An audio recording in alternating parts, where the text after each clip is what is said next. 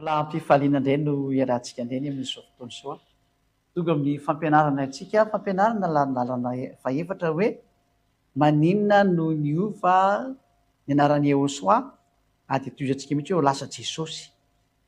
Zay zany ny tena izy zany zay hoe ao anatin'ny soratra masina anatin'ny baiboly zany naninona zany ny lasa Jesosy ny ao a fa tsy Yehosoa.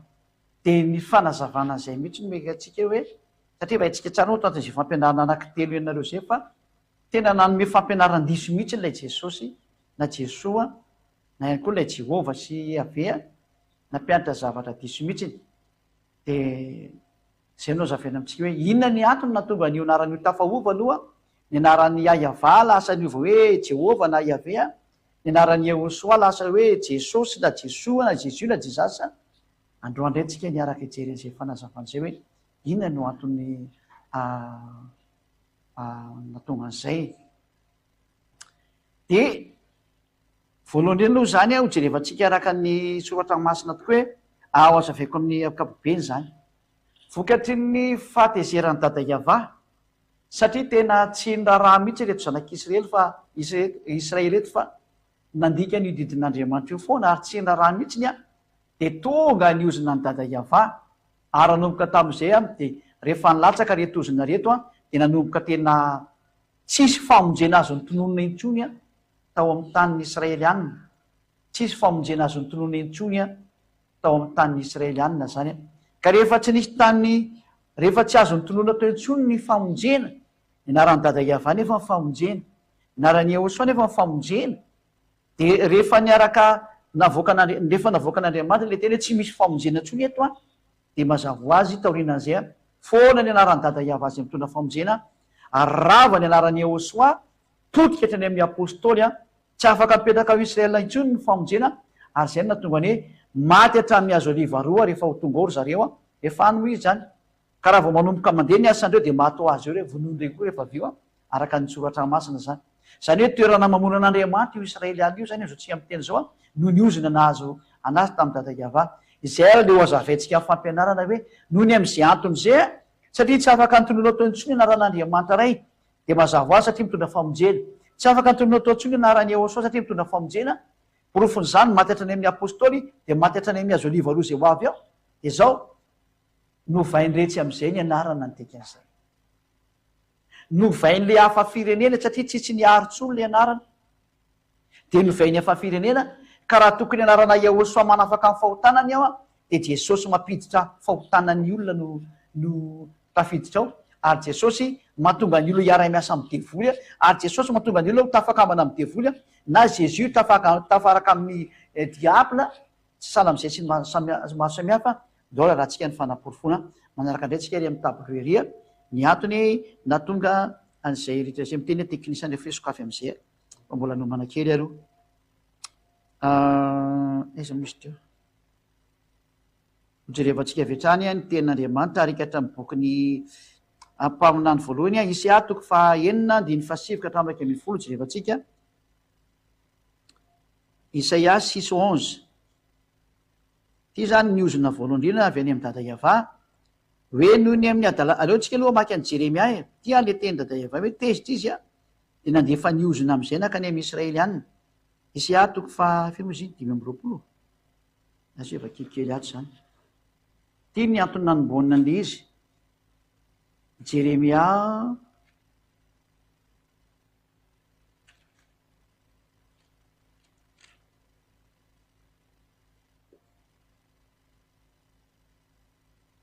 Jeremia 25 manomboka amin'ny andinin'ny fahatelo ka hatrany amin'ny andinin'ny raiky ambin'ny folo eny zay misy Jeremia 5:20 manomboka amin'ny andinin'ny fahatelo ka hatramin'ny raiky ambin'ny folo eo. Jeremia 25:3 Jeremia 25:3 jusqu'à hatrany amin'ny 11 zany novakitsika arakaraka an'izay hitantsika anazy eo zany zay. Eno nge efa nanomboka taty zany io atezeran'ny dada Yahva io no nandeha hatramin'ny taona fahatelo ambin'ny folo nanjakan'ny Josia zanaky Amona mpanjakan'ny Joda ka mandraka androany dia mandritra ny 320 taona zao no nahatongavany teniny avy tamiko ary lazaiko taminareo. Eny ny fo maraina koa ka nilaza nefa tsy niaininareo. Anio tena tsy miaino ny teny io Andriamanitra io misy izay nampitondrana nisy Jeremia mpaminany zany zanak'Israely. Zay ny tena resany eto. De tezitra be moa zany Jeremia hoe tena tsy miarah mihitsy zany venareo. Ary avana niraka ny mpaminany ny mpanompony rehetra ho any aminareo. Eny ny fo marainako izy ka naniraka nefa tsy nety niaininareo. Naniraka foana zany io Andriamanitra io hoe mameno ny tenin'Andriamanitra teny avanareo fa ompitena ingenareo rehefa tsy haino e. De ahoana teniny ny fo marainako izy ka naniraka nefa tsy niaininareo. Na nangilatsofina iaino ka manao hoe samy miala amin'ny lalan-dratsinareo avy ianareo ka asy amin'ny ratsy foananareo ka de onany amin'ny tany zay efa nomeny avanareo any Israely io sy ny razanareo hatzaiko mandrakizay. 9 ary aza manaraka Andriamanitra ka fanompo asiankoka eo anatreny ary aza mampahatezitra mihitsy ny amiasany tananareo. Efa misy atezerana be mandeha mihitsy zany eto noho ny amin'ny ataony zanak'Israely. Fandrao tonga loza aminareo aho fa tena ampididozana zany efa manao adalana eo amiko nareo e. Efa nanome avertissement zany io dada Yava io. Efa ela mihitsy. De vaketsika indray amin'ny 17 nefa tsy niaino anareo hoy Yava. Mba hampatezeranareo amin'ny asan'ny tananareo ahitanareo loza fo maika nakasika mihitsy nareo am'izay ataonareo io. Io zany tena tsy fonao mio dada Yava io rehefa teny izy de tokony arahana de rehefa tsy miteny anao de ho faiziny am'izay ohatra sy ady any ampianatra hoe aza mitandrana didy folo fa tsy izy io mialahy ianao. Ka eto zany tsika nahita an'le tenin'Andriamanitra hoe nozonon'Andriamanitra zanak'Israely tsy misy fahonjena intsony. De nefa tsy niaino anareo mba hampatezernareo tamin'ny asan'ny tananareo ahitanareo loza. Koa zao lazainy Yava tompony maro noho ny tsy niainonareo ny teniko dia indro hampanalaiko ny firenena rehetra any avaratra sy Nebokadnezara mpanjaka ny Babilôna mpanompoko ho Yava. Ary hoentiko amely ty tany ty sy ny mponeto mba amin'reto firenena manodidina rehetrarehetra izy de ho aringako tokoa ireo ka ho ataoko figagana sy zatra mampisitrasitra sady ho rava mandrakizay. 10 ary atsahatra eo aminy feo mifara sy ny feo miravoravo. Tena rava tanteraka mihitsy zany. De ny feon'ny mpampakatra sy ny feon'ny ampakarana noho ny amin'le hoe nanao tsintsinina ny Israelianina n'lay didiny mena azy. Any zareo manokana mantsy fa tsy dirana. Fa raha ianao malagasy na frantsay na anglisy na amerikanina no miditra ao de mpanota ianao de ianao ndray lasa aripaka makany amin'ny heliko. Ary atsahatra ho aminy ny feo mifara sy ny feo miravoravo de ny feon'ny mpampakatra sy ny feon'ny ampakarana ny feon'ny vato fikisoam-bary sy ny fahazavany jiro. Ary ity tany 9:12 Jeremia 25:3 ka amin'ny 11 ary ity tany rehetra ety de olo foana sy olao ary ireto firenena rehetra ireto anompon'ny mpanjakany Babilôna 70 taona tsany de andevozina sy fahorinana nazo azy zany. Tezitra dada Yava de nanomboka nandeha am'izay hoe ompiteako nareo. Tsy nijanona teo any nefany. Fa jerevantsika indray ny tenin'Andriamanitra araka le lazaiko teo hoe aiza moa izy de ndresika aloha ikaraka an'izay teny zay aloha. Isaia 9:7 sy ny 1:10. Isaia 9:9 nanaraka am'izay ny tenin'Andriamanitra taorianan'iny ary. Miloza mahatsiravina am'izay nazo zanaky Israely taorianan'izay teny zay. Toy ny zareo miraraka talohan'izany efa nisy an'ity teny ity moa zany teny izy ary niatra tateo aoriana. Ary izy ty am'izay ny teny mpaminany Isaia efa teny efa avertissement tany aloha tany daholo. Mandehana ka lazao am'ty fireneny ity hoe mandrenesa mandrakariva ihany nareo nefa aza mahalala. Zay efa atezerana zany. Mandrenesa fa aza mahalala. Efa ratsy be nge zany. Mijereva mandrakariva ianareo nefa aza mahafantatra. Ane jery ihany maso fa tsisy nina fantatrinareo. Ataovy adala ny fony ty fireneny ty ary ataovy ladalovina ny sofiny ary ataovy mikipy ny masiny. Any ataovy tena ladalovina ny sofiny ataovy adala ny fony ataovy mikipy ny masiny. Zany hoe Andriamanitra efa tena tezitra hoe tsy ataoko mahita ninina tsony nareo ny dikan'izany. Zay ny zava-doza am'io Andriamanitra io rehefa tezitra fo meko anareo zay efa mihaino sy mandeha ao tokantrano fa tena maizina ny lalakala ianao de no mihaino anatin'ny fahotana. Ny olona mihaino anatin'ny fahotana zany ke mitebiteby foana e. Fahoriana sy tebiteby lalandava ty mikipy ny masony adala ny fony ladalovina ny sofiny inona tsony moa zany tsy fahoriana ny lalakala iana. De ndao ary zany atao hoe tena aizina sy tena fahoriana. Fandrao mahita no masony ka mandreny sofiny dia lalany fony de bebaka izy ka ho sitrana. Eto zany tendriamanitra hoe tsy afaka mibebaka ntsony izy ary tsy azo tranona intsony, ka noho zany ataovy adala izy ataovy tsy mandreny sofiny ataovy jamba masony de sady tsy afaka mibebaka izy tsy ho sitrana.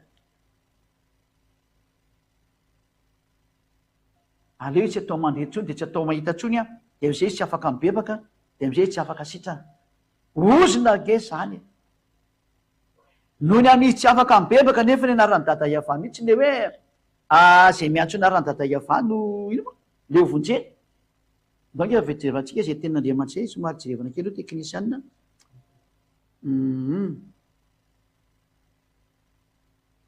Nasika aloha ikarika kely an'izay teny zay hoe zay miantso anaran'ny Iava no ovonjeny zay moa zay teny zay.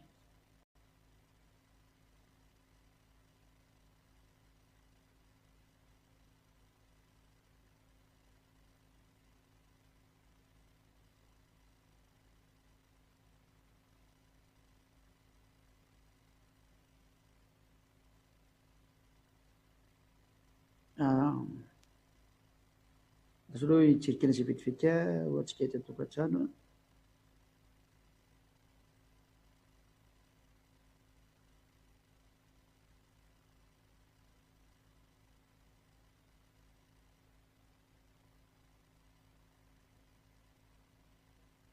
Zay misy nitiny zay miantso ny anarany tompo.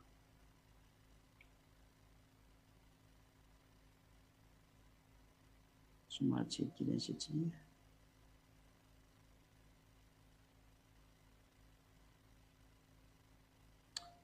ozy kely vetivety mino fa kiaka kely an'izay vetivety tsika miandry daholo nareo mandra-pahitatsika an'izay mba am'izay de voaray daholo le toko sy ny indrindra.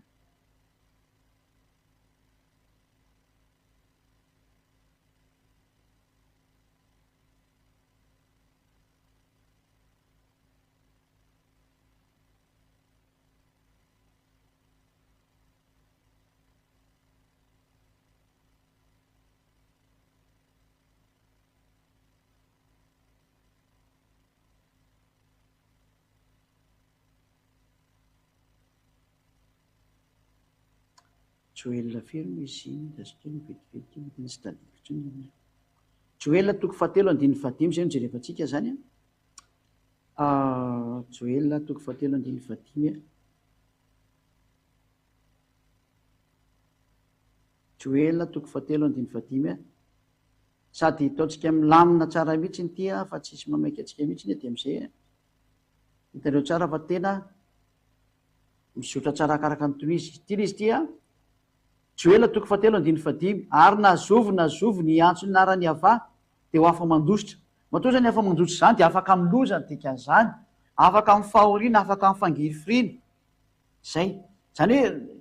hoe zay miantso ny anaran'io Andriamanitra iray Iava io zany de afaka mandositra, afaka miloza, afaka mifahoriana, zay no tsendriko tsara. Ka eto zany nefany tsy mahazo ny famonjena intsony zanak'Israely araka le Isaiah toko 1:7 ka hatramin'ny 2:20 teo tsy asiana famonjena, tsy omena fibebahana, tsy afaka mahazo ny hatsaran'Andriamanitra intsony. Mazava ho azy zany fa lay anarana mihitsy no tsy azo tononona intsony. Satria ny anaran'ny dada Iava ahafana mandositra ny aretina, ahafana mandositra ny loza. Zay le hoe nazovy miantso ny anaran'ny Iava de afa mandositra izy. Noho izany zany na iza niza zany miantso ny anarana de afa mandositra, rehefa tsy afaka miantso ny anarana zany de ho avy ny loza. Ka tena tonga tokoa raha loza fa tsy afaka niantso ny anarana tokoa zanak'Israely nanomboka teo tsy afaka nantsona ny anaran'ny dada Iava noho ny am'le ozona nahazo teo. Ary satria le hoe zay miantso ny anaran'ny dada Iava no afa mandositra de tsy afaka niantso ny anarany koa satria mba tsy ho afa mandositra de nanomboka foana io anarana io ka zay niantso ny anarana indray raha ny fahita ty orina. Donc afaka antsika am'izay kiaraka kely antsika aloha teknisiana mikasika ny am'izay rehetrarehetra zay. Ovakitsika ary amin'ny Jeremia 4:22 indray mba ho jerevantsika kely zay teny zay aloha Jeremia 4:22 hoe inona indray moa zany zao no tenentsika ato amin'ity toko sy andiny ity ho antsika rehetra ny atokantrano any. Jeremia toko 4:22 mbola loza ihany ity Jeremia 4:22 eno nge ny tenin'Andriamanitra fa adala ny oriko izao tsy mba fantany zaza tsy misy saina izy sady tsy manam-pahalalana raha ny anao ratsy de endry izy fa raha inanao tsara kosa tsy fantany efa lasa dala am'izay le olona de tsy mahafantatra an'Andriamanitra ntsony efa lasa dala ozy izy ny olo koa zao tsy mba fantany ntsony tsy nisy mahafantatra an'Andriamanitra ntsony ny zanak'Israely tena niatra taminy mihitsy le ten'Andriamanitra hoe ataovy adala ny sofiny tsy hahafantatra ntsony ny fibebahana izy ko dada Iavana ny fibebahany satria dada Iavana nomeny fibebahany no ny amin'ny Hosoazy nalefany de fibebahana izy satria niainga avy any aminy ny fanekena fibebahana ka rehefa dada Iavana tsy azo antsony anarany a rava ny fibebahana ny dikan'izay zava-dosa so rehefa tsika indray ny ten'Andriamanitra manaraka ty mazava be le teny Jeremia teo a aza indray tsika aloha kiaraka ny anakare manaraka indray aloha araka ny ten'Andriamanitra rehefa tsika indray a ao amin'ny bokyny Isaia 64:5-6 jerevantsika indray zay teny zay Isaia 64:5-6 hoe tena tsisy miantso narany dada Iavana ntsony ny olona tena foana Isaia 64:5-6 jerindray tsika Isaia 64:5-6 zany fa samy efa tahaka ny olony maloto zay rehetrarehetra zay ary le resaka zay mivadika tena olony maloto am'izay ny Israelianina ary tahaka ny lamba miosondrany fahamarihana rehetrarehetra teny efa tsisy fahamarihana ntsony dikan'izay lamba miosondra tena faratsiana fadalana tsy oatra zany toatsika le teny malazo tahaka ny ravina izay rehetrarehetra ary ny eloka mipoka ny tahaka ny rivotra tena feno eloka malazo daholo izy rehetrarehetra zany tsy misy miantso ny anaranao io le izy io tsy afaka miantso ny anarany dada Iavana ntsony tsy misy miantso ny anaranao ntsony na mifoy ifikitra aminao tsy afaka miantso ny anarany ary raha ny fo maraina mba hifikitra aminazy tsy azo atao ntsony ny lozany dada Iavana zanak'Israely ny anarany aza tsy azo nantsonina ntsony hoe vakitsika tsara ty aiza misy teo 9 tsy misy miantso ny anaranao intsony io tena foana teo mba avazanak'Israely ny fiantsony anarany dada Iavana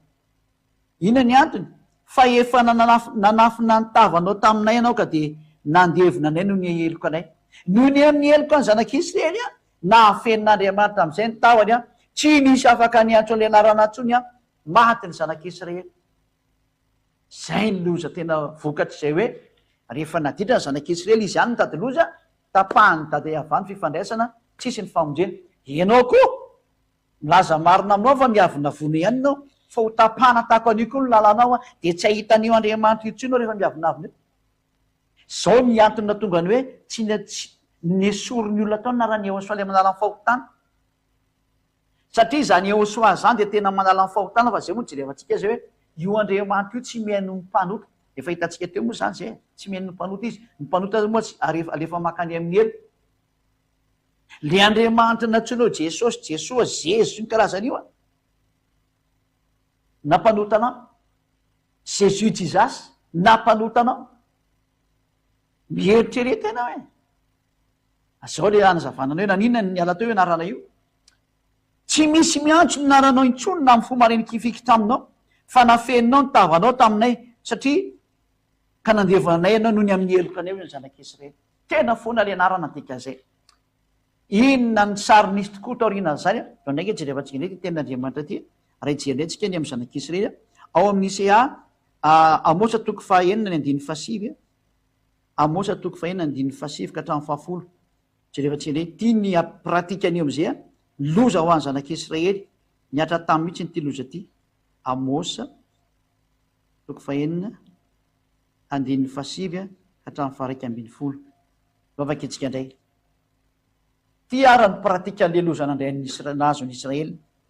raha izy folo lahy sisa ary ao an-trano iray de samofaty ireo zany re misy olona folo zany anatin'ny trano ray ka folo lahy de maty eo daholo reo ary ny avan'izay maty na izay mandevina azy de ambeta azy ka hitondra ny faty ala ao an-trano any hoe tena mivoaka zany le faty de hiteny am'izay ao anatin'ny trano hoe mbola misy ihany va ato aminao de antaindranay zany le ao an-trano mbola misy ihany vi ao de hoy izy tapitra de valiana hoe mangina re fa tsy tokony hotenenina ny anarany ava efa tsy mety tsony zany manoro ny anarany ava efa samy mataotra fa raha voantsony anarany dada Iava maty ny olona ny dikan'izay mamono am'izay io andriamanitra io raha narana toko mitondra famonjena sy fanavotana zany a eo afa mandositra ny olona araka hitantsika tary amin'ny joelina toko fahatelo iny asa mamono indray ny afaran'le anarana hoe zay miantso ny anarana indray ty ny maty zay zany ny afaran'le olona ny miantso ny anarana io andriamanitra io a de tsy nisy samy antso tsony le anarana le anarana tsy afaka mipetraka atao israela intsony ny famonjena de ninomboka teo zany le hoe satria maty zay rehetra miantso ny anarana de tsy nety nipetraka atao israela intsony ny famonjena tsy afaka natsonatsony anaran-dada iava de teona tonga n'le anarana hoe adonay adonay n'le atsony israeliana hoe adonay a de nalain'le olombela rehetrera mpitondra fihevana nataony hoe ny tompo raha te madagasikara de nataony ny tompo a any amin'ny tany any andafy any de nataony hoe seigneur zay ary amin'ny afo moa zany de natao hoe lora ohatra am'zay nanovanovana azy zany zay natonga n'zany rehetrehtra zany ka izany rehetrrehetra zany no porofo amitsika hoe tena foana atao israela marina le anarana de zay natonga le anarana avatsy nazo natsona de nataon'zareo hoe adonay rehefa avy eo de ny sasandre moa le tsy mandinika de le iayavany no vainy hoe yahova yahosoa fa mbola mitandrana didifolo foana ry akekery zany foana ny afatahany hoe tsisy fampianarana marina zany fa pitsiloko daholo le rehetrrehetra reny zay no mahatonga ny ambasadeur-ny soa ziady any raha ny dada iavasy ahosoa akety aminareo ilaza ny teny maran'reo hoe ity ny famariana ary mariko fa zay miaraka amin'ny ziady ambasadeur-ny soa afaka amin'ny fahotana ary tsy mahay manota intsony a zay le kaliteny andriamanitra ampianarako anareo moa zany rehefa avy eo rehefa tsy afaka nantsonantsony anarany dada iavady no vaina adonay de mazavo azy a nanahoana indray ny am'le zanaka ko satria moa le zanaka tena mitondra ny famonjena zany lehilahy zany itoriana famelan-kely koa normal maty koa izy normal zany hoe zay mitondra famonjena ao israela de maty oke vakitsika ny teny andriamanitra fa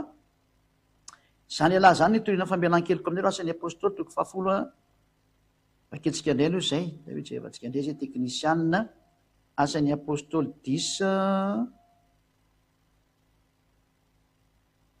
dia ny andininy fa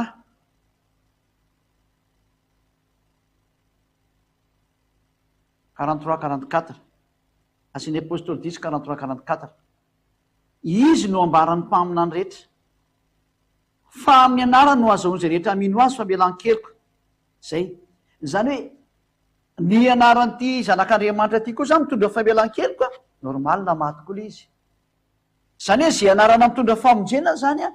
potika daholo zay mitondra an'izay ianarany dada eva moa zany de efa potika tsy azony tononona niova adonay ianaran'lay zanak'andriamanitra mitondra famonjena tany de nyvonoana zay le iahosoatena izy novonoany zareo ary tsy misy anarana afy ato ambany lanitra zaotsika famonjena afa-tsy anarany iahosoa io zany hoe zany de lazantsika fa tena mitondra famonjena io anarana io ka raha voatra zahatra mitondra famonjena de maty a de zay nafaty ny anarany iahosoa le tena marina de ozy nareo hoe maninona ny tsy hita ao anatin'ny baiboly lay anarana iahosoa fa jesosy ankeny eo na jesu e de zay ny valiny a satria noho ny am'le anarana mitondra famonjena de tsy maintsy maty a porofony zany ny apôstoly kika maty e maty hatrany amin'ny apôstoly hitantsika tsara ny apôstoly nitondra ny famonjena nitory any iahosoa famonjena de jaona de gada tany amin'ny nosy patmo oka vakatsika rika hatramin'ny apokalipsy toko voalohany de andininy fa 7 ino tsara apokalipsy 9 izao jaona rahalanareo sy namanareo tamin'ny fahoriana ary amin'ny fanjakana sy ny faharetana tao amin'ny iahosoa de tao amin'ny osy atao hoe patmo noho ny amin'ny tenin'andriamanitra sy ny filazanany iahosoa vokatry ny tenin'andriamanitra sy ny filazanany iahosoa de nygadaina ny apôstoly datsika eto ny apôstoly jaona io nygadra io tany amin'ny osy patmo izy izany hoe niza mitondra ny famonjena eo israela maty daholo de io izy io ka izay sary zay de hitantsika tokoa tamin'ny apôstoly fa rehefa nampianatra n'io anarana io ny apôstoly de nyvonoana asan'ny apôstoly toko faefatra asan'ny apôstoly toko faefatra andiny fa 18 sy ny 19 kaman'izay 18 sy ny 19 asan'ny apôstoly 4 18 19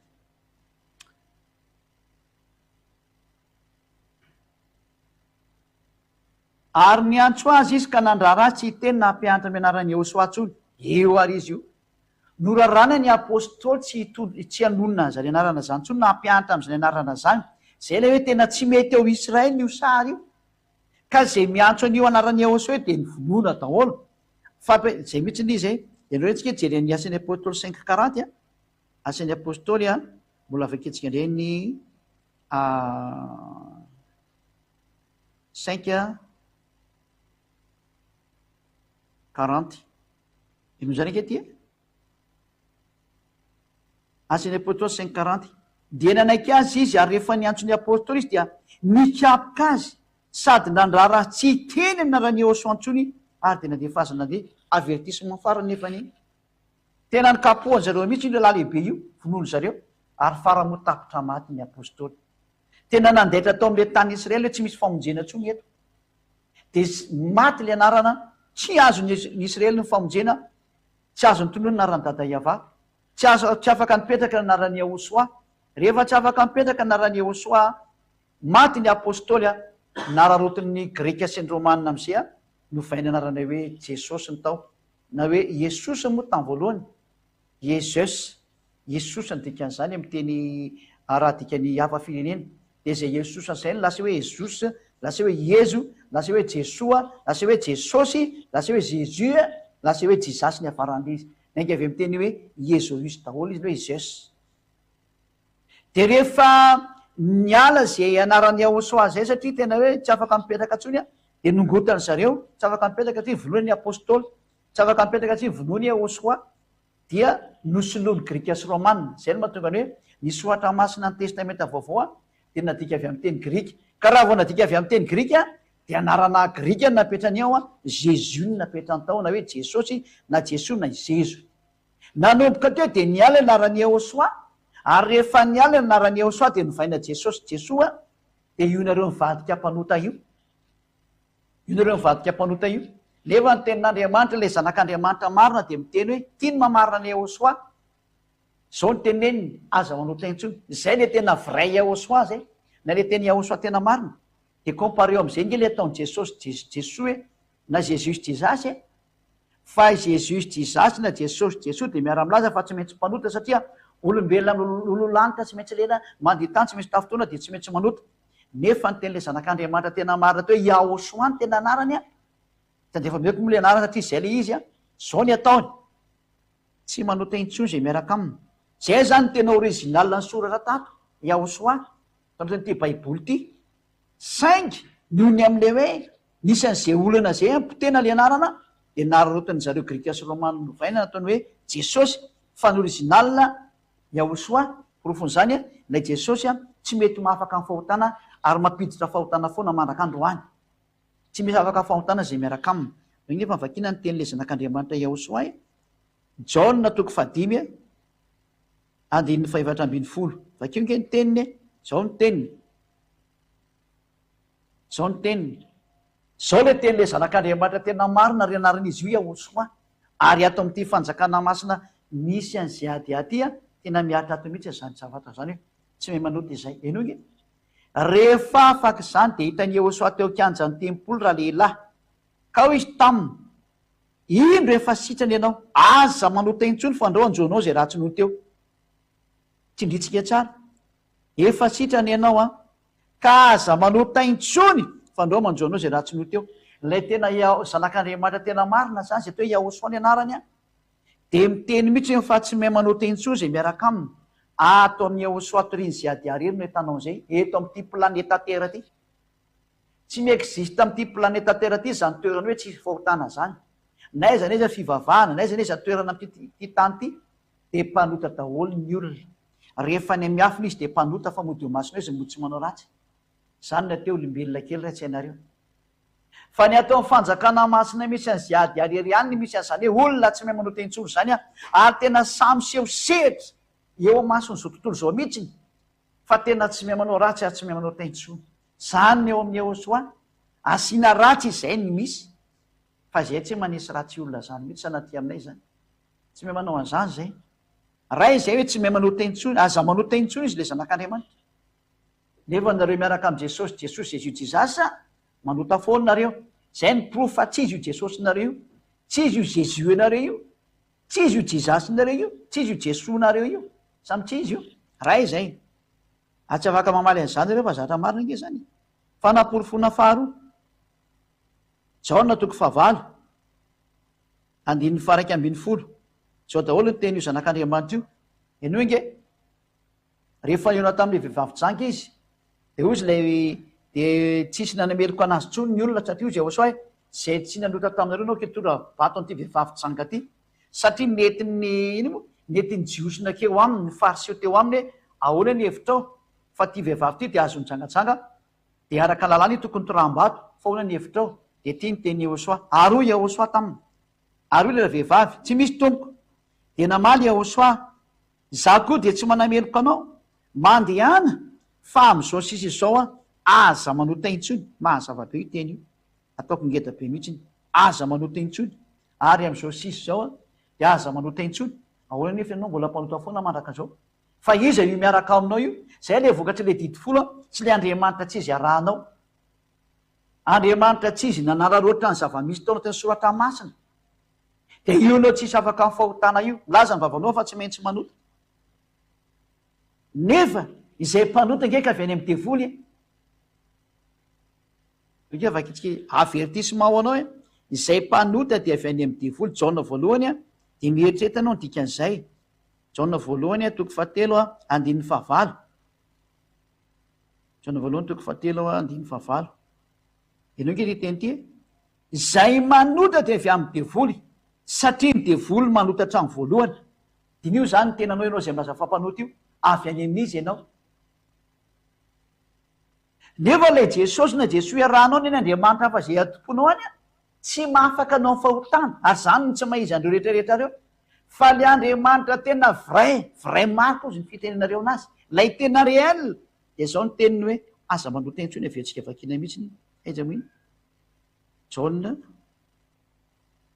8:11 de petakitsika tsara ty teniny ty hoe 8:11, ary am'izao sisy zao dia aza manota intsony, ary am'izao sisy zao dia aza manota intsony. Io ny tenyle zanak'Andriamanitra tamin'le vehivavy janka. Le Andriamanitra tena marina zany de nametraka ny teniny hoe aza manota intsony, de le Andriamanitra tsy izy kosa amin'ny teny hoe manota fa amin'ny maha-olombelonao tsy maintsy manota ianao, zany no matsizy an'iny fa mpiara-miasa amin'ny devoly izy, mampanota olona satria zay mpanota de avy any amin'ny devoly, de zay ny mahizy any Ahosoa, satria ny Ahosoa toriny zay ady azy zay miaraka aminy de tsy manota intsony ary zany no misy an'izao fanjakana masina zao, efa olo efa manaroa arivo ny atao amin'ny fanjakana masina aty Madagasikara, nefa ao anatin'izany toerana hoe tsy mahay manota izany tsony. Mahafinaritra na miaino an'izany aza, tena mahafinaritra. Anjaranao koa mba miditra misy an'izay, mba midiranao misy an'le tsy manota intsony de tsy ho any amin'ny farimy rehetra hafa, fa mba hovonjena amin'izay ianao, fa le tsy mpanota ny mahazo miditra any amin'ny lanitra ny lanitra moa. Zay le izy zay vakitsika ireny tenin'ny apôstôly mbola manamarina an'izany. Jaona voalohany 7:7, andiny 5 sy ny 9 vakitsika zany. Jaona voalohany 7:7, andiny 5 sy ny 9. Ary fantatrareo fa izy no naseho anaisitra ny ota ary tsy mba misy ota ao aminy. Ary fantatrareo fa izy no naseho anaisitra ny ota ary tsy misy ota ao aminy. Zay rehetra olona miaraka amin'ny Ahosoa zany, natao batiza tao amin'ny Ahosoa de tsy mahay manota intsony. Mbola hazavaina amintsika indray moa le resaka batisa rehefa fampianarana manaraka, ahoana zany ny ataonao mba hovonjeny ianao, zay rehefa antena manaraka zay. Izy no naseho anaisitra ny ota ary tsy mba misy ota ao aminy. Ny olona miaraka amin'io Andriamanitra tena marina io zany de tsy misy ota ao aminy. Ianao zany zay milaza fampanota io tsy miaraka aminy ianao satria mbola misy ota ao anatinao. Amafisany zay teny zao amin'ny andiny 9, izay rehetra mitoetra ao aminy de tsy manota. Tena tsy indrina mafy mihitsy hoe raha tena miaraka amin'io Andriamanitra marina io ianao de tsy manota. Zay le hoe Ahosoa no anarany, zao toriko aminao zao, tena tsy mahay manota zay miaraka aminy. Garantia 100% raha zanao tsy miditra any amin'ny lanitra ny lanitra. Aoko nareo tanteraka tahaka ny fahatanterahany rainareo zay any amin'ny lanitra ny lanitra. Matthieu 5:48. Oe vakitsika telo zay ten'Andriamanitra tsy maintsy tanteraka nefa vao mahazo miditra makany fa zay mitadalain'olona ianao lalàna nge zany le tompotrano any nge ny teny ty teny ty ny teny le tompotrano de zao hoe tanteraka vao mahazo miditra ty, tsy mahay manao tentsony dikan'izay, tsy mahay manao ratsintsony dikan'izay, de no tsara rio Matthieu 5:48. Koa amin'izany aoko ho tanteraka ianareo toy ny fataterany rainareo zay ny an-danitra. Izany hoe le tompotrano eny an-danitra de miteny fa tanteraka vao mahazo miditra ty amiko aty. Tsy maintsy tanteraka anareo vao mahazo makaty, ka izy ny tompotrano. Normaly izy mametraka ny fepetra hoe tanteraka vao mahazo makany. Ko masina an'izy. Ny fahamasinany de tsy lotono zay olombelona kely io. Ianao raha lazay ny fakakana sy solitra, kina moa raha iny ianao rehefa tsy anaraka ny teny ianao fa atsipiny eny amiela ianao e. Zay natonga an'izao tenin'Andriamanitra zao hoe tsy maintsy tanteraka, tsy mahay manao tentsony dikan'izany a, zay vao mahazo makany amin'ny lanitry ny lanitra. Aventsika amin'izay le teo hoe zay ny dikany hoe tanteraka, tsy mahay manao ratsintsony, tsy mahay manao tentsony. De noho amin'izay ny teniny Jaona voalohany 3:5 ary ny 6. Eny hoe nge ary fantatrareo fa izy no aseho anaisitra an'io tary tsy misy io tao aminy. Izay rehetra mitoetra ho aminy de tsy manota, tena conforme amin'ny qualité ny tenin'Andriamanitra teo. Zany hoe mifanaraka tsara mihitsy le ny tenin'Andriamanitra teo hoe mila tanteraka ianareo, ary ateo tanteraka de tsy manao ratsintsony. De inona tony? Fa izay rehetra manota, ianareo ny milaza fa mpanota io zany. Ary mpanota anao hatramin'izay, de zao ny tenin'Andriamanitra. Tsy nahita n'io Andriamanitra marina inao ary tsy mahalala anazy ianao. Zavatra hafa miaraka aminao io. Ho Andriamanitra mpiara-miasa amin'ny devoly ary retina mamitaka anao. Zanao zany mieritreritra fa zay ny tenin'Andriamanitra marina zay. Deo jerevantsika eny ny tenin'Andriamanitra amin'ny teny azetiko hoe tena tsy manota marina ve? Deo jerevantsika eny 5:7. Jaona voalohany 7:5. Izay rehetra nateraka Andriamanitra no tsy manota. Anao zany. Misy anie zany nateraka io Andriamanitra io ny tena marina de tsy manota intsony izy. Izay ny tsy mahaizany io ny tomponao io. Io Jésus Jesosy Jesosy io satria mpanota le anao. De tsy izy io ny dikan'izany. Satria ny tenin'Andriamanitra mitety hoe izay rehetra nateraka Andriamanitra no tsy manota, satria ny voany mitoetra ao anatiny ka tsy mahay manota izy satria nateraka Andriamanitra. Lay voany resana eo a de ny tenin'Andriamanitra, ary ny tenin'Andriamanitra amin'izany de ny fanahy masina. Mipetraka ao anatiny le fanahy masina, satria ny fanahy masina de tenin'Andriamanitra ihany koa zany. De tsy mahay manota izy. Ianao zany matoa manota zany sady tsisy fanahy masina ao no hafa io Andriamanitra tomponao io, de mbola hiaraka aminy ihany ve ianao? Fa Andriamanitra anie ka sady tsy miaraka amin'ny mpanotany, tsy mihaino ny mpanota fa tsy hipireny amiela nge ianao e. Niaza mba maty ianao de lazaiko anao, niaza mba maty ianao fa direkta any amiela anao. Manoro hevitra anao ny ambassadeur-n'i Iosoa tena miverenao amin'ny Iosoa. Ampy zay. Verena amin'ny Iosoa. Zay ny teniko androany a, amaranako anazy de ny Jaona voalohany 5:7-10. Jaona voalohany 5:7-10 vakitsika amina ran'i Iosoa 17. Tsy dinika 17 na 18. 18 azafady. Jaona voalohany 5:18. Fantatsika fa izay rehetra nateraka Andriamanitra no tsy manota. Raha vao nateraka Andriamanitra anao zany de tsy manota ny dikany zay le olona natao baty atao amin'ny Iosoa. Fa izay nateraka Andriamanitra de miaro ny tenany ka tsy mikasika azy koa le ratsy. Raha vao misy olona zany tafaraka amin'ny Iosoa ka vita batiso amin'ny Iosoa, de hatrany de tsy azo ny devoly kasina tsony zany olona zany a, fa hatrany de olona madio jusqu'à la fin. Marabatapitry ny fofonay, madio izy. Ato amin'ny Iosoa rirany ny garantie 100% zany. Zay no mahatonga ny ziady aminy antso anao hoe manatona ny Iosoa. Ary andao atao batisa ty amin'ny Iosoa de afaka anao a, ho afaka amin'ny fahotananao. Ary zay ny maranako ny teniko zany a, hoe miantso anao zany ao batisa mba voasasy anao. Jaona voalohany andray asan'ny apôstoly a 22:16. Asan'ny apôstoly a 22:16. Asan'ny apôstoly a 22:16 a. Raha tsika vakina amin'ny anaran'ny Iosoa izy a, zao ny voalaza ato. Ianao zao no atsona amin'ity teny ity. Ary ankehitriny inona no mampijanona anao ao? Ianao zao ny resana amin'izany. Mitsangana de miantsoa ny anaran'ny Iosoa. Zany hoe miantsoa ny anarany. De inona no ataonao? Ary aoka atao batisa ianao a, ka ho sasana ho afaka amin'ny fahotanao. Takina aminao mihitsy le baptême ny batisa zany. Avy ianao atao batisa. De ozy le malagasy eto hoe ahoana zany zay fa zay tsisy batisa tsony eto, de mandehana ny ampitan-dranomasina fa zao nisy batisany, ary any misesisesy be ny batisany. Manenjika any nareo taraiko. Rehefa teo vonjena de zay samy manavitra ny tenany io. Mandofo rekeny makany ampitan-dranomasina ianao. Teto le batisa tsy nirarahinao, de makany ampitan-dranomasina ny batisa, de zay le izy. Ka zay le ten'Andriamanitra hoe mitsangana. Ianao io zany, mitsangana ianao, mientsoa ny anarany. Ary aoka atao batisa ianao sasana ho afaka amin'ny fahotanao. didiry ianao tsy maintsy atao batisa araka le teny hoe zay mihitsy atao batisa no vonjeny de tsy maintsy atao batisa ianao zany dikan'izay de le batisa atao amin'ny Yehosoa zao ataony ziady zao zany hoe didianao tsy maintsy manatona am'izay ianao satria ziady arery manao batisa atao amin'ny Yehosoa ary tsy misy efa-tsy izy rery any atria izy rery any azo antoka any amin'ny fahamasihany fa zava-be aloha zay ny lohalarana zay mba tsy siny zahatra manahirana tsony satria le batisa mantsy andresana fanahy masina ka le fanahy masina atao amiko daholo zay vao makany aminao lalàna ihany koa za mbola ampianariko anao hoe maninona tsy maintsy ziady manao batisa satria le fanahy masina atao amiko fa tsy aizany makany zay vao makany aminao any atao amiko izy makany aminao raha tsy zany hoe za mampianatra an'izao hoe tsy mahay manao teny-tsoa zao ny toerana misy an'izany dia hipetrahan'ny fanahy masina ary ziady ihany mampianatra anao an'izany zay ny teniko fa deo tsika aloha anaraka ny fanontaniana indray raha misy fanontaniana hoe zay ny atao hoe Yehosoa tsy mahay manao teny-tsony zay miaraka aminy zany noho ny tilikambo-mboabe aloha izy de nikoroa ny fiteny de lasa samy manana ny fiteniny olona de zay nampiovan'ilay anarana fa samy miantso amin'ny fiteny avy ny olona ahoana ny makasika izay tompoko de zao ny valiny ny makasika an'izay de zao tsy marina satria ny tilikambo-mboabe ilay fatany aloha be tany fa mba hampiarako aminao fanontaniana ngamony zao tsy mbola mitilikambo-babely zao zao vanantsika zao nge mbola anatin'ny tilikambo babely manina nefa ny anaran'ny Barack Obama tsy miova fa président Barack Obama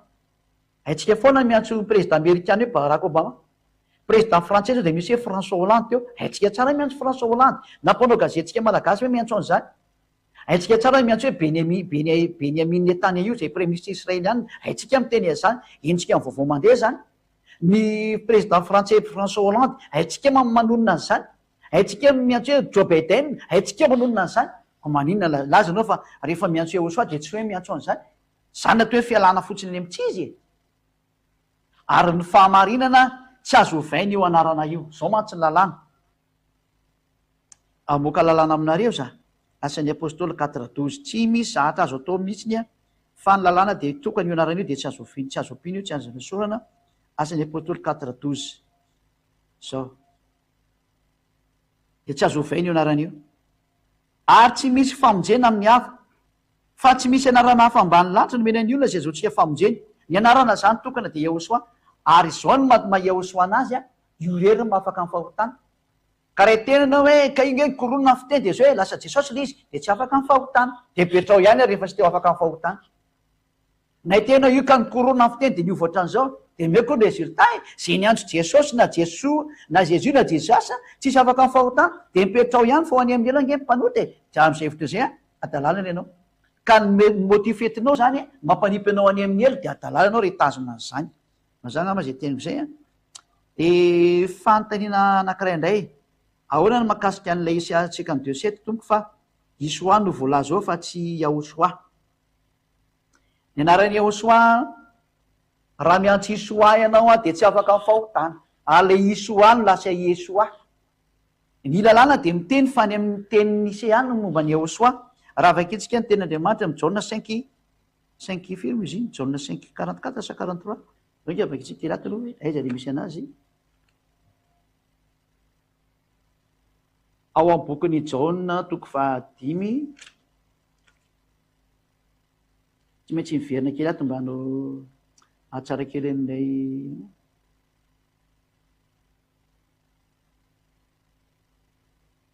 Jaona 5:45 nga male izy nake vakitsika kely ny bokin'ny Jaona Jaona 5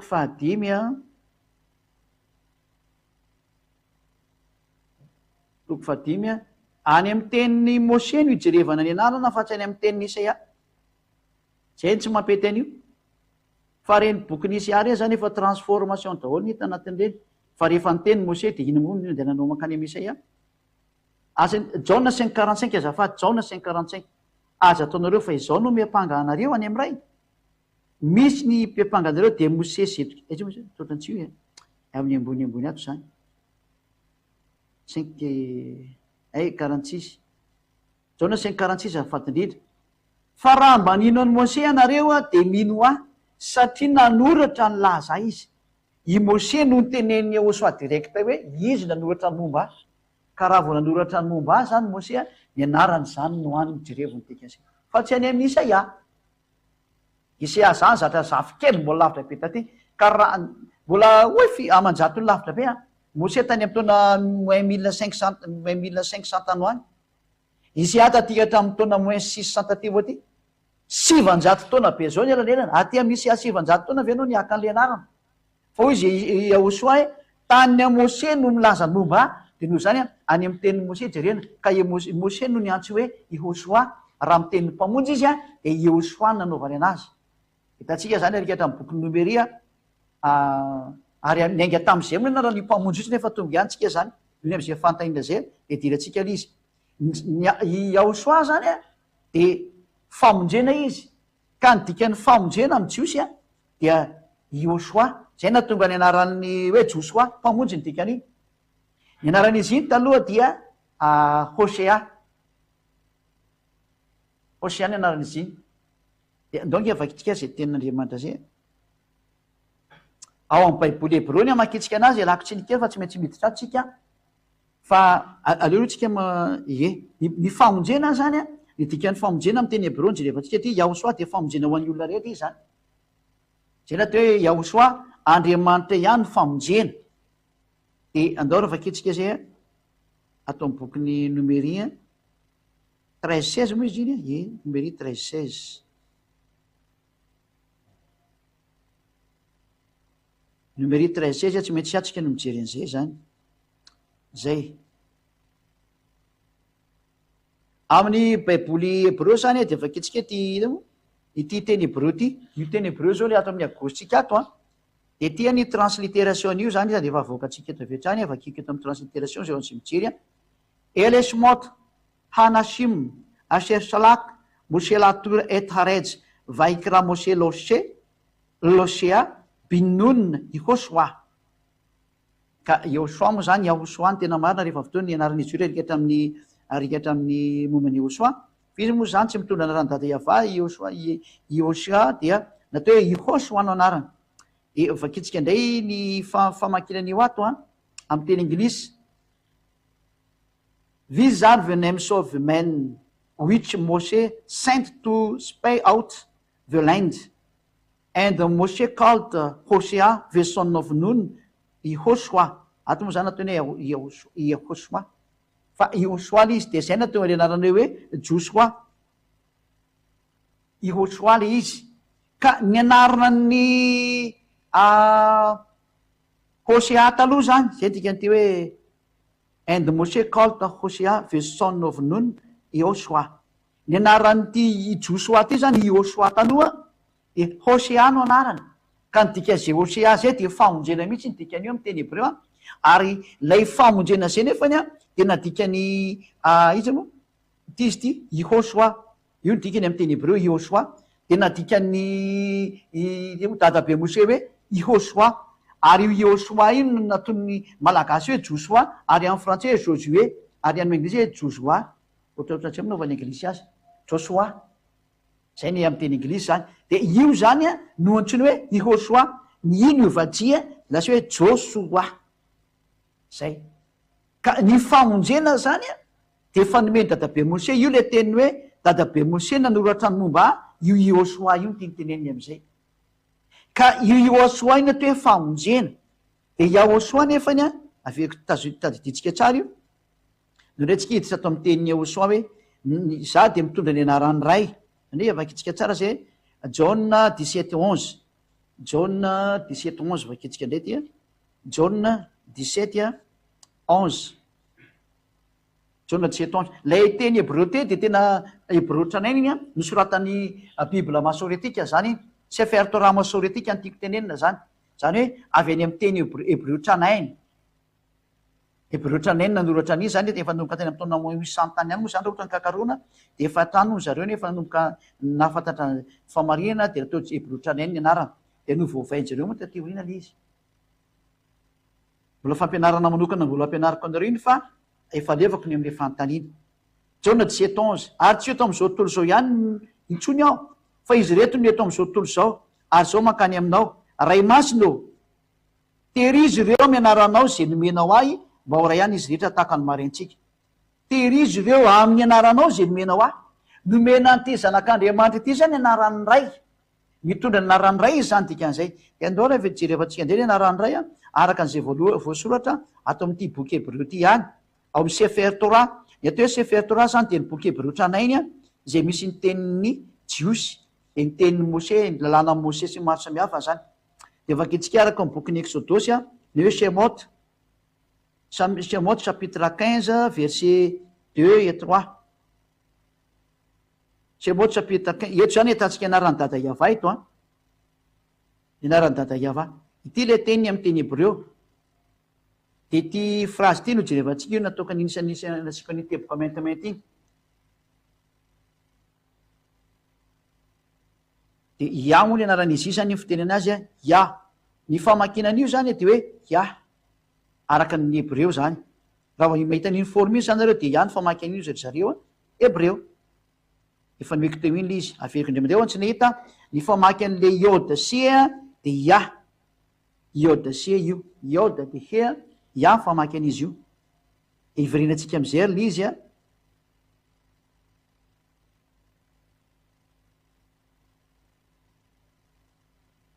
zao ny dikan'io famaky an'ity zany azy vzimrat ia va elily soa zay ery van veu elohe avi varum menu de nidika zany amin'ny teny anglisy ato io teny jiosy io a de zao ia is my strength and song and his become my salvation is my el and I will prepare him an habitation my favors zany hoe zao nidikan'zany a ia izy my strength any ny heriko zany a sy ny hirahirako de ia ka ia moa zany ny fiatsorana azy ambitsika amina hoe halleloia zany hoe voninahitra n'Andriamanitra ia ka ny anaran'ny dada Yava zany de misy anarana hoe ia ao aminy ao ray zay de vakitsika ndray amin'ny andiny fahatelo amin'ny baiboly hebreo ndray aloha amin'ny sefer torany hebreo a iva ishmishama iva shmo ka eto ndray moa zany de tsika le hoe nefa nitany forme iva Yava io io zao le forme Yava ty iasy ty io misy hasy eo a ny azy moa zany novany hoe zavatra hafa ny aty fa tsika tsy izay ndrety hafa nanoratireny aty de tsy mety io iny efa nisy transformation ny ataon'ny katolika romanina sy ny hafa de niova mihitsy n'izy zany de tsy mety le izy de ato le izy a io zao le forme ia iode he de ve de he mbola ampianariko atsika io fa nony am'le fantena ao de mihitsy tsika eto zany de zay no mahatonga ny hoe Yava ny anaran'ity satria iode sy le voalohany teo le hitantsika sary ty eto misy teo ty ny famaky an'ity forme ty a io izy io io farany asesiny agosy ambony io a ny famaky an'io de ia hitantsika ty izy ty azy ivy zimraty ia ny famaky anazy ty zany io ka rehefa ia ny famaky anazy a vaty ato ka rehefa ia ny famaky anazy a de ny famaky an'ity koa zany ia dikan'izay de zay mahatonga ny hoe ia va ato amin'ny anazy tsy nivakiny le ia fa nataony hoe i apostrophe de hese va satria misy manovanova io de tsy napetra ntsony le marina de raha vo manovan'io hoe ievana eovana salam'zany de trany de tsisy afaka amin'ny fahotana fa ny famaky an'ity zany araka ny tena anarany hebreo de Yava izy io Yava vakitsika am'izay ato 15:3 ato moa navadiky ny ave ndray satria le katolika nanoratra anazy de lasa ohatran'izany Yava izy manovoar Yava izy Yava his name zany hoe ty iode hasaviasy ty zany Yava ny anaran'izy io zay ka teny hebreo moa izy io le hebreo a iode he vava he fa novaovain'le olona taty orina le original de lasa nivadika le izy a ka raha vo nivadika io de tsisy afaka amin'ny fahotana ntsony zay ny repera fareny aminareo a aiza le anarana mahafaka amin'ny fahotana de zao toriny zay ady azy ao le izy ny akoatran'izany tsisy afaka amin'ny fahotana nareo de ny anaran'le Andriamanitra ray zany de Yava de jerevantsika fotsiny moa le ty ia eto ambony ty hoe ty moko tsy afaka novainy ty ia io le ia io zany ka raha ihany ny famakiny ty iode sy ty ia ny famaky anazy a de mazava azy fa Yava zany le makato jerevantsika am'izay nge le ato hoe io le Yava io ty le Yava ato zany iode sy de ty le Yava hitatsika io Yava ny fanoratana ny famakinany ty ihany ty zany ty soratra ty io io ambony io zany ambony agosy a de ny amban'le ambony agosy io zao le iava de ty fano ty koa izy ty iava ty ambony ty de io izy iava mifandratana azy le voalohany ia de le faharoa va zay no mahatonga izy iava ty le voalohany zao hitantsika io a de misy tohiny de le tohiny efa nysoratany hoe va nefa le voalohany nyvakiny hoe ia de zay no mahiava io de zay na raha ny Andriamanitra re zany ia iava io izy io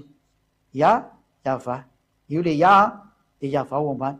de mitondra ny anaran'ray le zanak'Andriamanitra re nyvakitsika teo mitondra ny anaran'ray izy io hoe ray masina io ray masina hoe terizy ireo amin'ny anaranao zay nomenao a de mitondra ny anaran'ray hoe ia izy zany dikan'izay zay ny anaran'le zanak'Andriamanitra marina zany mitondra ny anaran'ray izy hoe de hoe ia de iny ia iny am'izay a no alefatsika rika hatramin'le iny le Osea teo de iza moa le numérie 13-16 izy teo a numérie 13-16 afindratsika makaty am'izay le anarana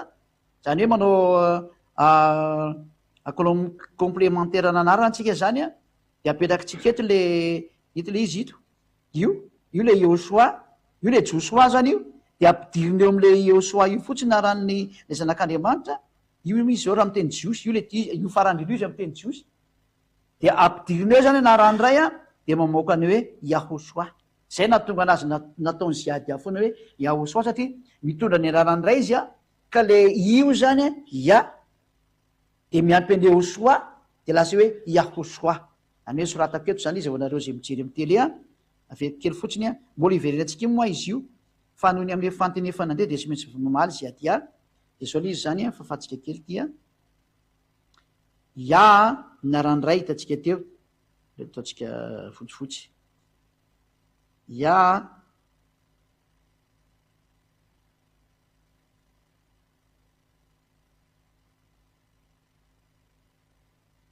ia no anaran'ray a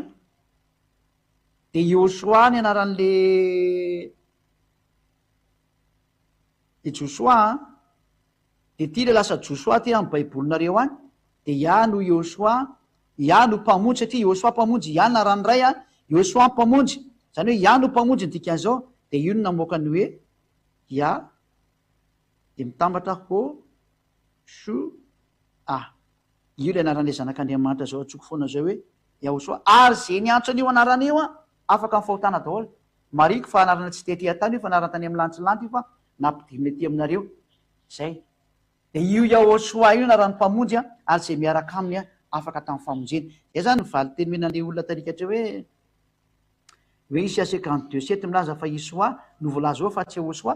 de mazava be fa ny anaran'ny Yahosoa mihitsiny a no izy ary Isoa io tsy mahafaka amin'ny fahotana io na atsono azy atsova ange de tsika raha afaka amin'ny fahotana zany ianao hoe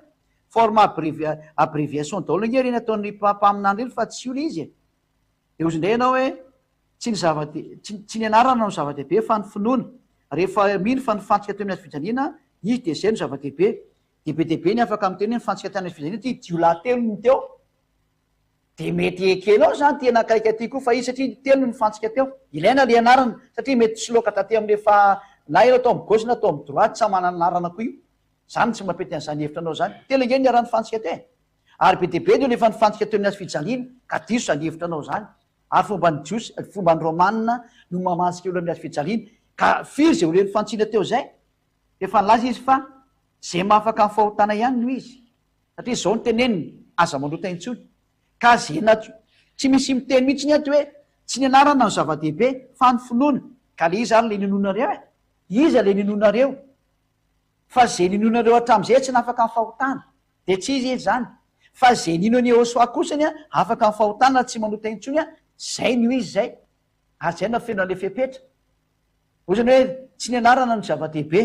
ko manizy miteny hoe atso ny anarana manizy miteny hoe minoany Yahosoa de vonjeny no tsy niankonanao aona izy niteny andre tsy marina zany teninao zany a doke tsika jera zay tezy hoe minoany Yahosoa iza moa izy iny asan'ny apôstoly 16 film zay ohatsy rehefa tsy kely vetivety kely izy a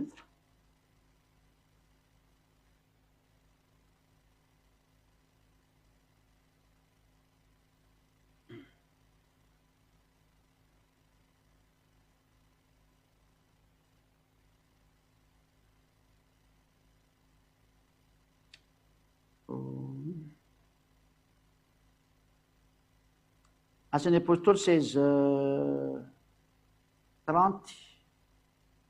31 32 zay rehefa am'izay asan'ny apôstôly ahoana izy ny teny an'ity teny ity koana zany hoe tsy important ny anarana zany na to hoe rediredina daly zany e mialatsiny kosa ny fitenenana fa marina mihitsy le teny hoe ten'andriamanitra ve miteny anao hoe minoa ny aosoa de vonjenao sy ny ankoanao lenao milaza hoe tsy important zany ho an'le olona metaka an'izany zany de manitsy sy aday hoe aza manao an'izany fisainana zany fa tena tsy mety tena lasa rediredina ianao asan'ny apôstôly toko enambin'ny folo 30 asan'ny apôstôly 16 30 ary rehefa nentiny voaka izy ro lahy de hoy izy tompoko inona no mety ataoko mba hovonjenao inona zany ataoko mba hovonjenao de hoy izy ro lahy taminy minoa de tsy nasiana anarana raha mieritreritrnareo eto misy anarana minoa ny aosoa tombo de vonjeny ianao tsy ny ankonanao rehefa tsy miantso an'io anarana io zany anao de tsy voavonjy zay ianao zany hoe mbola firazina de volona anao an'le teny teo hoe rehefa mino de zay de ampy zay manohitra ny teny aosoa zany atreto nitsindrina mihitsy ny mientsoa ny anarana ianao ilaina io anarana io zany zany anarana zany itorina famelan-kelo ka tsy misy anarana hafa fa tsy izy ihany iaosoa no anarana tsy maintsy antsoina io iaosoa io vao mety important le anarana dikan'izay profon'izany asan'ny apôstôly 22 16 reo va tsika ndreny asan'ny apôstôly 22 16 asan'ny apôstôly 22 deny 16 vakitsika aminarany iaosoa ary ankehitriny inona mampijanona anao mitsangana mientsoa ny anarany didinao zany iantsoan'le anarana koa anao milaza fa tsy important le anarana anao fa fampianarana diso zany aza manao an'izany fa tena tsy mety ho azy manao an'izay fihevitra zay andray de jauna 19 nosoratan'ny platona amin'ny teny grika sy romana le anarana teo amin'ny azy fijaliana aza mandaingy ny anarana de tsy niova fa le frazy no niova ohatra ity no iaosoa mpanjakany jiosy de iaosoa tsy miova raha miteny frantsais le roi des juifs raha miteny anglais izy hoe iaosoa the king of Israel juif ohatran'izay zay ny voalazany famarina raha atao amin'ny teny hebreu misy za tsy mahay tsy andikan'izany koa ny tena marina raha ohatra ny tsy raha karoako zay haiko mikariko an'izay fa za tsy mahitra de anao teny hoe prapapa tsy miditra am'izany koa za fa raikariko andray haiko io zay izy kanefa tsy any amin'ny teny hebreu sy ny grika ny ilaina fa za ro noeksy amin'ny tenanakolo de telo zay raha malagasy hoe ty ny mpanjakany jiosy iaosoa mpanjakany jiosy amin'ny teny frantsay iaosoa roi des juifs amin'ny teny anglisy iaosoa king of Jews Jew satria zay ny narany amin'ny anglais Jew ka rehefa miteny amintsika am'izany de zao ny anarana anao propre raha tsy niova fa tsy tsy niteny hoe ary de niova ny anarana reo vakitsika ny jauna 19 ohatsy rehefa tsika ndray zany rediredy be zany niovatra any amin'ny anarana lovakitsika ity jauna 19 antsinatsika rehetra le tokantrano hoe aza manao eritreritra ohatran'izany fa zany any angely mavoanareo lasa mitsipy any amelo am'zatra tsy aminatiny ary pilato nanoratra jauna 19 ary pilato nanoratra anarana ka ary pilato nanoratra anarana ka napetany teo amin'ny azy fijaliana ary zao ny voasoratra teo iaosoa avy a nazareta mpanjakany jiosy iny mo 19 iny ao etoizatsika le izy jauna 19 roapolo ary zany anarany zany de novakiny jiosy maro fa akaiky ny tanàna ny tany zay nanomboana ny iaosoa tamin'ny azy fijaliana ary voasoratra tamin'ny teny hebreu sy romana sy grika zany tsy ny anarana le nisoratana tamin'ny teny romana sy grika fa mba mieritrereta ny anarana ke tsy miova mihitsiny ohatra atsika zao mahita tsara ny anarana hoe filompirenena malagasy dia nandeha tary lasany France ny filompirenena malagasy de ny filompirenena André Rajoelina de lasany France ohatra zany atao ry amin'ny teny frantsais zay le président André Rajoelina est parti en France zay raha ataontsika amin'ny teny masina de samy manana zay itiako tenenina zany hoe ny anarana tsy iova zany noviny satria non propre iny ny anarana non propre de tsy azo ovaina mihitsiny noviny fahadalàna zay manaova an'izany ina zany ekivalany anarana iaosoa anao amin'ny teny hebreu raha misy ekivalany anarana ka ataony hoe jesosy izy milaza fa ny ekivalan'ny Yahoshua de Jesosy amin'ny teny grika ena amin'ny teny hébreu aza metalatala ianao ny teniteniteny foana ohatran'izany ary ny teniteny foana ny Herôda ve no rahanao raha ataontsika hoe nanao foana tokoa ary zany Herôda izy milaza fa Herôda de afaka anaova anarany Yahoshua tampotampoka hoe aovay Jezus ty na ovay hoaniny ty ary ny fitapitapesany Herôda ve ny de ho arahanao hoe Herôda zay mpanota lasa tsisy lavalana azy iny zay namonana azy iny iny ve ny de ho arahanao zany nge no maharatsy sainanao tena mariny tenin'ny Herôda zany no arahanao ny tenin'le olona namonana azy zany no arahanao olona mpamantsika ny Yahoshua amin'ny azy fijaliana ve ny arahanao ianao nge zany de volona amin'ny hevitra zany voly mitovy amin'ny Herôda ianao satria nyrediredina dalana ataon'ny Herôda ve nande arahanao kosa ny ary zay ny fanazavana hoe adalany zany fa ny olona ve tsy gaga hoe ahoana moa zany anaran'ity olona ty novainao Yahoshua mpanjakany jiosy ny azo ovana amin'ny teny marina mpanjakany jiosy no vavaina fa ny Yahoshua tsy ova novinovino io ka ataonao hoe inona non propre amin'olona io tsy azonao ovaina io fa raha miovy de efa zatra efa tsisy trony nodikazany le teneninao io ary raha ohatra ny ka novainy Herôda de vomainge mpandrebireby mpandrabirabo sy mpanambany Herôda de Herôda mpanambany ve zany no arahanao fa raha ianao nge mba misy anarana ka ovainy olona anaranao tezitra nge anao de Herôda efa nanamantsika anazy taony azy fijaliana ve ny de ho arahanao mba mieritrereta ny dikan'izany ny olona namono anazy ve ny de ho arahanao mieritrereta zay Apocalypse 19:13 ary ahoana le hoe mbola omena anarana vaovao lay zanak'Andriamanitra io Yahoshua io ve le izy tsia lay Yahoshua de nomeny anareo ety an-tany izy raha mbola anana anarana izy any amin'ny bokin'ny Jeremia any jerevantsika azy ity ny anarany any Yahoshua famarinantsika zay mandrisy ndreka vaitsika zay teny eo amin'ny Jeremia zay Jeremia 23 no vakiko ato mihitsy izy de diso ary izao ny anarana nanona azy Iavà famarinantsika zay mihitsy izy Jeremia 23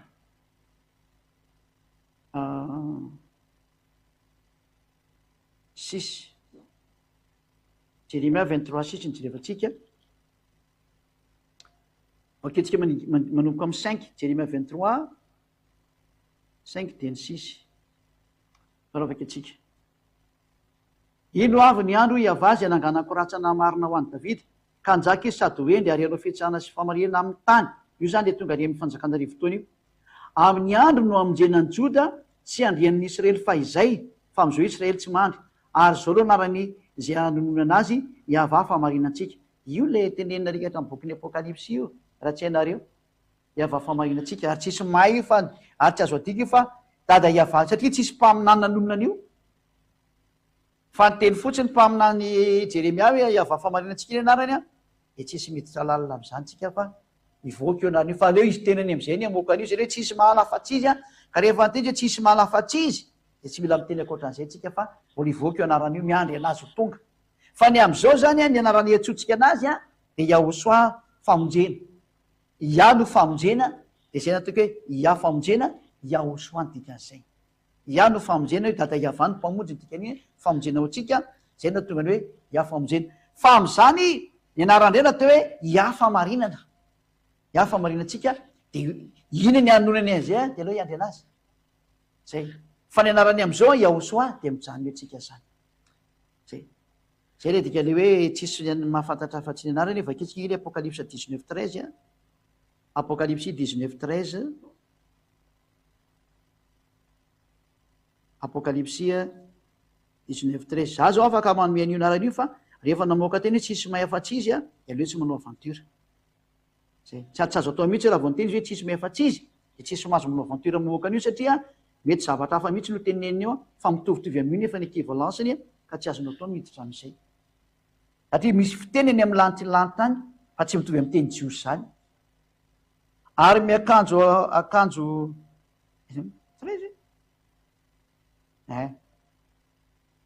mbola misy toyny ty fa tsy 13 13